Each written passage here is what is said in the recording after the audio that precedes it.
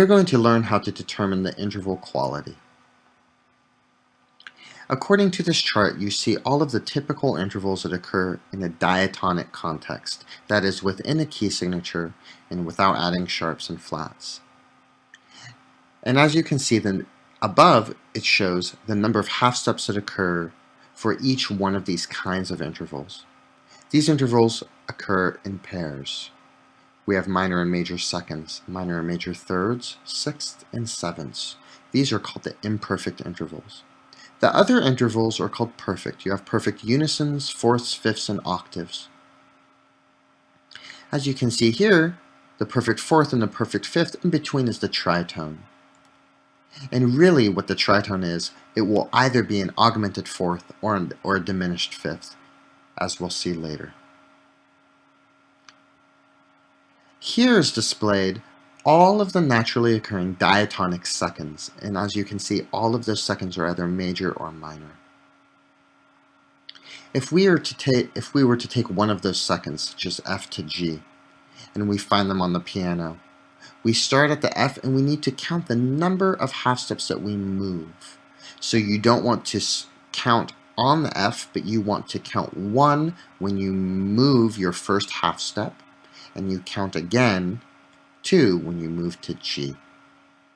And as a result, we know, because we have some kind of second that has 2 half steps, that we have a major second. If we would take another example, such as B to C, we locate B and C on the piano. We only need to move 1 half step, and according to our chart, we have a minor second. The other intervals work the same way. So if we look at the thirds, we notice all of the naturally occurring thirds are either minor or major. If we take one of those examples, locate the notes on the piano, and move and count the half steps, in this case 1, 2, and 3, we can see that we have a third, and because there are 3 half steps, we have a minor third. And let's do this with a sixth. Let's take it from A to F. So again, we count 1, 2, 3, 4, 5, 6, 7, and 8. There are 8 half steps between A and F, and therefore our sixth is a minor sixth. The quality is minor. Now let's make this slightly more complicated and add a sharp. We have not yet worked with accidentals, but it's really no more complicated. In this case, if we add a sharp to that F, it's no longer a minor sixth. We do know it's a kind of sixth because it goes from A to F, or some kind of F, in this case F sharp, but we don't know the quality anymore. But on our piano, let's move that F to an F sharp. We had counted 8 half steps, now let's count 1 more to 9 half steps, and according to our chart, we now have a major sixth. According to our chart here, we can see that when we had the minor sixth, we only needed to raise it by a half step to get a major sixth. Likewise, if we had a major third, we just lower it by a half step to get a minor third. The same relationship is true with seconds or with sevenths. But this chart here shows us how we can determine if an interval is augmented or diminished. Now let's go back to our previous example. We initially had an A moving to an F, but we had added a sharp to that F. So moving from A to F sharp gives us a major sixth, and that's what is displayed now. Let's take away that sharp and give it a double sharp instead.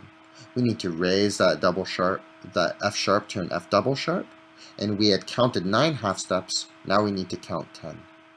The difficulty now is in our chart, 10 half steps is typically a minor seventh.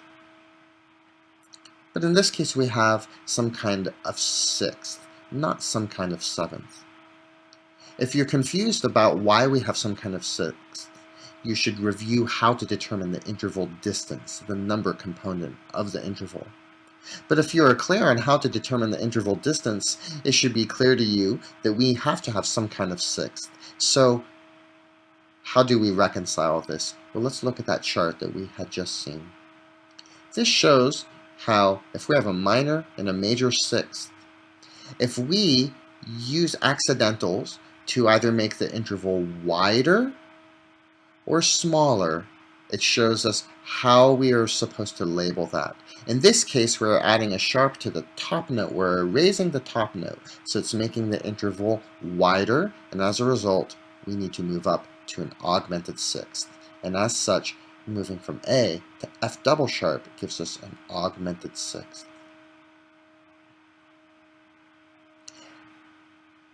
Augmented and diminished intervals don't occur very often in a diatonic context, but they do happen with fourths and with fifths. Displayed here are all of the naturally occurring fourths and fifths, and you will notice that all of them are perfect. But among the fourths, all are perfect except one, and that's the augmented fourth. Looking in our chart, we see that perfect fourths have 5 half steps, but that particular fourth actually has 6 half steps, and as such, that perfect fourth needs to be raised to an augmented fourth, and that's how it's labeled. In the same way, we see these fifths, but one of the fifths is diminished. That's because all of the fifths displayed have 7 half steps, but the one that's highlighted only has 6 half steps. So again, in the chart in the lower right, we had a perfect fifth, but because it's a little bit smaller by 1 half step, we need to label it as a diminished fifth.